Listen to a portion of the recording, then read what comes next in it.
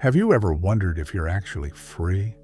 Not in the legal or political sense, but deep inside, when you're alone, when there's no one watching, no role to play, do you feel free? Or do you feel like you're constantly adjusting, reacting, performing? It's a heavy question, one most people avoid. Not because the answer is unknown, but because it's too uncomfortable to face. Most people live within invisible walls. They wake up with a script already written. What to feel, how to act, what to want. And the scariest part, they believe they chose it, that this is who they are. But it's not. It's who they were shaped to be. By family, by school, by pain, by trauma, by society's silent demands. Carl Jung once said, "People will do anything, no matter how absurd, to avoid facing their own souls." And that's exactly what happens. You fill your life with distractions, with obligations, with noise, not because you're truly busy, but because silence is terrifying. Silence might reveal something you've worked your whole life to bury. Now think about your fears, the fear of being alone, the fear of disappointing someone, the fear of failure, the fear of not being enough. Whose voice is that in your head? Who told you that you had to succeed at any cost? That being vulnerable meant being weak? That your worth was tied to your productivity, your image, your ability to be needed? These aren't your thoughts. These are chains, forged in childhood, reinforced by culture masked as logic. You don't notice them because they've always been there, but they shape every decision you make. They tell you when to speak, when to stay silent, when to smile, even when you're breaking. You think you're making choices, but most of what you do is a reaction to programming you never questioned. Jung called this the persona, the mask we wear to survive in the world. It's not fake, it's necessary. But when you forget that it's a mask, when you start believing that's all you are, you begin to live someone else's life. And over time, the real you, the one that feels, dreams, desires, starts to disappear beneath the weight of expectations. Ask yourself this: when was the last time you said no and felt no guilt? When was the last time you made a decision that was only for you, not for your image, not to please someone else, not to maintain peace? If you can't remember, that's not a flaw. That's a signal. You've been trained from the very start to trade authenticity for approval, to be obedient, likable, functional, to suppress rage, fear, grief, desire, and now you're wondering why you feel tired all the time, why nothing truly excites you anymore, why you're surrounded by people yet feel unseen. Because deep down, you're not living, you're complying, quietly, efficiently, invisibly. You think the pain you feel is due to external pressure. But pain isn't just caused by outside events, it's caused by inner betrayal, by all the moments you told yourself it's fine when it wasn't, by every silent yes that should have been a loud no, by the parts of you you silenced to keep the peace. Jung said, until you make the unconscious conscious, it will direct your life and you will call it fate. That's what's happening now. You're not free, you're managed. Managed by internal scripts you didn't write but still follow. Scripts that say, don't be too much, don't be difficult, be nice, be available. And here's the paradox. The more you obey these scripts, the more disconnected you become from others, from your purpose, from yourself. This isn't about blaming others, your parents, your teachers, your culture. They were all doing the best they could with their own wounds. But at some point, you have to stop passing down inherited chains and start asking dangerous questions. What am I afraid to feel? Whose approval am I still chasing? What would I do if I wasn't trying to be good? These questions are not comfortable. They strip away the layers. They leave you naked with yourself. But that's where truth begins. That's where real freedom starts. Not with rebellion, but with remembering. Remembering who you were before the world told you who to be. You were once wild, alive, curious, honest. You cried when you needed to, laughed without control, asked questions without fear. Then came the molding, the comparisons, the punishments, the silent training. And slowly, you became a version of yourself that was more acceptable, but less real. Now, you're wondering why you feel so lost, why nothing truly moves you, why success feels hollow, why relationships don't feel safe. It's not because you're broken. It's because the real you is buried beneath years of adaptation, but it's still there, waiting. And that's the secret no one told you. You don't need to become someone new. You need to unlearn who you're not. In the next part, we'll go deeper. We'll expose how internalized roles, the caregiver, the achiever, the peacekeeper, keep you in psychological cages, and how the path back to freedom doesn't start with action, but with awareness. And once you see it, you can't unsee it, because suddenly everything makes sense. The exhaustion, the inner conflict, the numbness that creeps in when you're surrounded by people. You start to recognize the subtle ways you betray yourself, not out of malice, but out of habit, out of fear, out of conditioning that taught you being accepted is more important than being real. You begin to see the roles you've inherited and how tightly you cling to them. The caregiver, who always puts others first, who's terrified of being seen as selfish, who gives until they're empty, then gives some more. The achiever, who believes they only matter if they're useful, who ties their self-worth to output, to goals, to recognition, who burns out trying to prove they're enough. The peacekeeper, who avoids conflict at all costs, who would rather choke on their truth than make someone uncomfortable, who smiles through pain, convinced that harmony is more important than honesty. These roles are not who you are. They're who you became to survive, and they work for a while, until one day they don't, until the cost becomes too high, until you wake up and realize that in being everything for everyone else, you disappeared. Jung understood this. He spoke about archetypes, patterns that live deep within the psyche. But more importantly, he spoke of individuation, the painful, sacred process of becoming who you truly are by integrating what you've denied. Individuation is not about becoming better. It's about becoming whole. It's about reclaiming the exiled parts of yourself, the ones you buried because they didn't fit the image, the anger, the grief, the desire, the voice that said, "I don't want this," and got silenced. And here's where the inner war begins, because as soon as you start peeling back the layers, the old programming resists. Guilt rises. Doubt creeps in. You hear the internalized voices. You're being dramatic. Don't be selfish. Who do you think you are?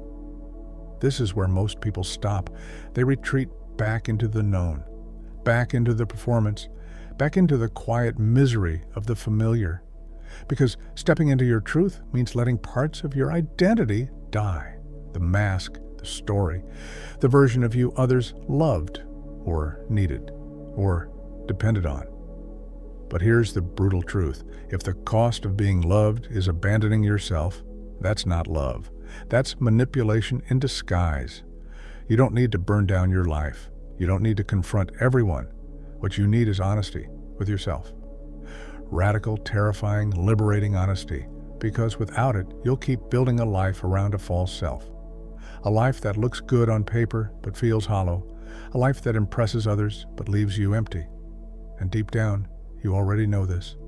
You've felt the dull ache in the silence, the dissonance between your words and your truth, the slow erosion of your spirit as you try to maintain the image. You've smiled through exhaustion. You've said yes when your soul screamed no. You've called it strength, but it was self-abandonment. And the more you do it, the more your body starts to protest. Fatigue, anxiety, disconnection. It's not burnout, it's grief. Grief for the parts of you you've silenced. Grief for the life you wanted but didn't allow yourself to have.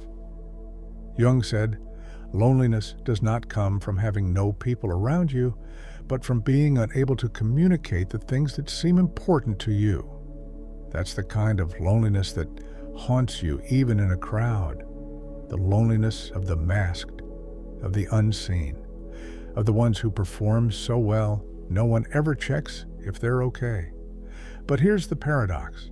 The moment you drop the act, people get uncomfortable.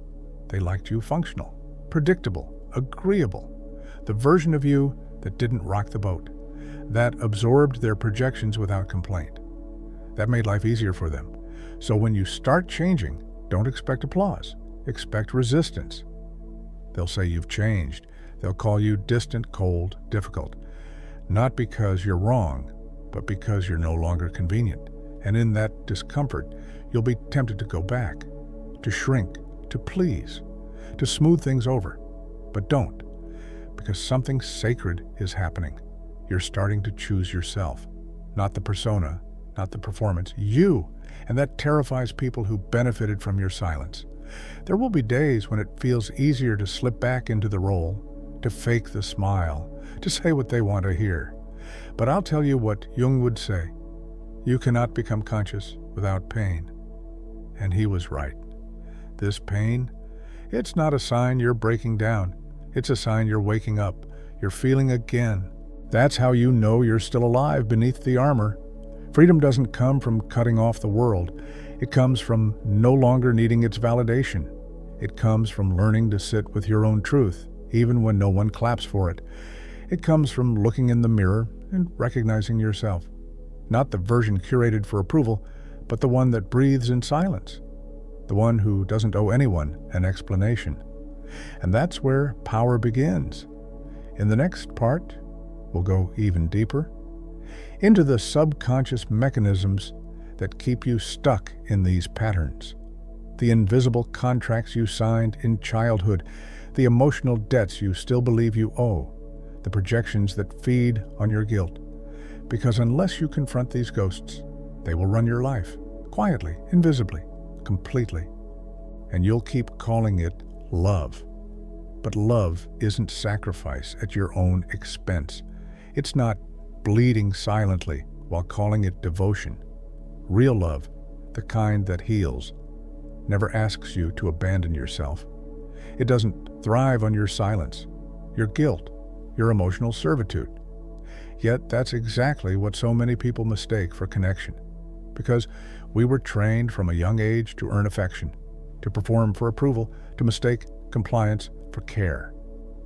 So we enter relationships, romantic, platonic, familial, not as ourselves, but as emotional employees, hoping that if we're helpful enough, agreeable enough, useful enough, we'll be chosen, we'll be safe, we'll finally be seen.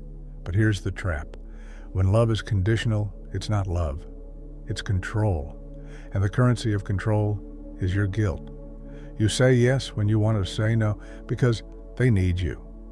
You listen when you're depleted because they count on you. You tolerate manipulation, disrespect, emotional neglect because they're going through a lot. What you're really doing is abandoning yourself piece by piece and calling it compassion. Jung warned us, projection is the greatest thief of energy. And this is exactly how it works. People don't need to force you. They just need to plant a belief in your psyche that you're responsible for their comfort, that you're the fixer, the emotional anchor, the one who never leaves. And once you accept that role, you're trapped. Not physically, psychologically. You keep showing up even when it hurts. You justify their behavior. You explain away the red flags. You overfunction, over-apologize, overextend, until there's nothing left of you but a shell, polite, present, and completely disconnected from your own needs. You want to know why you feel invisible? Because you've trained everyone to ignore your boundaries. You gave access to people who didn't earn it. You tolerated behavior that violated your truth. And now, when you try to shift, to reclaim space, to breathe, they resist, not because you're wrong, but because they've grown addicted to the version of you that always says yes. This is what Jung meant when he said, "We meet ourselves time and again in 1,000 disguises on the path of life. Every relationship that drains you is a mirror. Every guilt trip you fall for is a replay. And unless you confront what you're projecting and what you're tolerating, the cycle continues." But let's be clear. This is not about blame. This is about awareness. You are not weak for falling into this pattern. You were trained into it. As a child, you learned that love was transactional, that being quiet made things safer, that being useful made you lovable, that your emotions were inconvenient unless they served someone else's needs. And when those lessons are absorbed early, they don't feel like dysfunction, they feel like reality. But here's the pivot point. Once you recognize the pattern, you're no longer just a victim of it. You're responsible for breaking it. And breaking it means choosing discomfort, disappointing people, saying no without explaining, holding silence even when you're accused, letting go of roles that made you feel needed but never truly seen. That's the work, not glamorous, not Instagrammable, raw, lonely, brutal at times.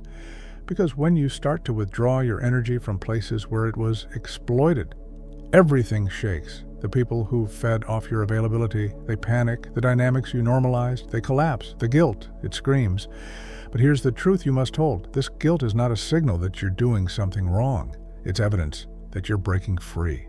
Guilt is the ghost of your old programming, the internalized voice that kept you obedient, compliant, predictable. It is not your conscience. It is your conditioning. You are not here to be functional. You are here to be real, whole, unapologetic in your presence. And that means this: you are allowed to choose yourself without justification, without apology, without guilt. Jung believed the psyche has its own intelligence, that deep inside, beneath the persona, beneath the programming, there is something intact, a core, a self, and that self is not confused. It knows. It knows when something is wrong, even when you can't explain it. It knows when you're betraying yourself, even if everyone else approves. It knows when you're shrinking to fit a version of you that no longer exists. The problem is, you stopped listening. You tuned it out for too long. Now it speaks in symptoms: anxiety, restlessness, numbness, resentment. These aren't problems to fix, they're signals to follow. They are your psyche trying to wake you up. Stop medicating what needs to be heard. Start listening, because once you do, the shift begins. Subtle at first, then irreversible. You start pausing before reacting. You feel the tension between the urge to please and the voice that says enough. You sense the weight of your own truth returning slowly, with each boundary drawn. And suddenly, you realize you're not a victim anymore. You're not a puppet. You're not trapped in the emotional machinery of others. You're choosing. It might feel unnatural at first, awkward, even cruel, but that's just the old system unraveling. The real you, the one buried under layers of expectation, is rising. And it's not here to be agreeable. It's here to be free. In the next part, we'll explore what happens when this internal revolution matures, when your silence stops being reactive and becomes intentional, when you no longer engage to prove or protect, but to preserve peace, when detachment becomes your clarity, and when your absence starts to speak louder than your words ever could. Because there is a moment in this process where you realize you don't need to convince anyone of your worth. You just need to stop forgetting it yourself. And once you remember, everything shifts. Not suddenly, not dramatically, but quietly. The kind of quiet that unnerves people who thrived on your noise, your emotional availability, your over-explanation. You start showing up differently. You don't respond to every message. You don't chase closure. You don't argue to be understood. You realize that detachment isn't cold, it's clarity. You don't have to fix, explain, or justify. You don't need to prove that you're right to anyone. You just walk away from what no longer resonates. And here's the beauty. You don't even feel angry anymore. Not because what happened was okay, but because you're no longer carrying it. You're not suppressing. You're releasing. You're not reacting. You're reclaiming. You would look around and notice something strange. You're alone, more often, but less lonely. The silence that used to feel unbearable now feels sacred. The absence of noise becomes a sanctuary. It's not withdrawal, it's return to yourself. Jung called this phase the sacred retreat, the space where the old self dissolves and the new one begins to form, not from ambition, but from alignment. It's not about creating a new identity. It's about stripping away everything that never belonged in the first place. And in this stillness, you begin to hear your own voice again, not the voice of the protector, not the fixer, not the pleaser. Your voice. The one that whispers truth in moments of stillness, the one you silenced for years because it was inconvenient, because it didn't match the script. That voice returns, and it doesn't scream, it doesn't demand, it doesn't plead. It just says, "This is me," and for the first time in a long time, that's enough. You stop seeking alignment outside. You stop needing permission to exist as you are. The world may not understand you, and that's okay. They were never supposed to. They understood the version of you that fit their narrative, not the one that broke free. Some people will call you distant now. Others will say you've changed. But the ones who see you, really see you, they'll feel the shift, not in your words, but in your energy. Because presence doesn't come from how much you give. It comes from how whole you are when you arrive. And here's what they don't teach you. Real power isn't loud. It's not dominance. It's not control. It's not being the smartest person in the room. Real power is the ability to remain rooted in who you are when everything around you tries to shape you into something else. It's being unavailable to chaos, unaffected by guilt, unmoved by pressure. Not because you've shut down, but because you've integrated. You've met the parts of yourself that once terrified you. You've sat with your grief, your rage, your longing. You didn't bypass the pain. You faced it. And in doing so, you stopped leaking energy into people and places that never deserved it. This is what Jung meant by psychological wholeness. Not perfection, wholeness. Not performance, presence. Not strategy, sovereignty. You no longer ask, will they still love me if I stop performing? You ask, do I still love myself when I pretend? That's the axis shift. And once it happens, the world can't touch you the same way.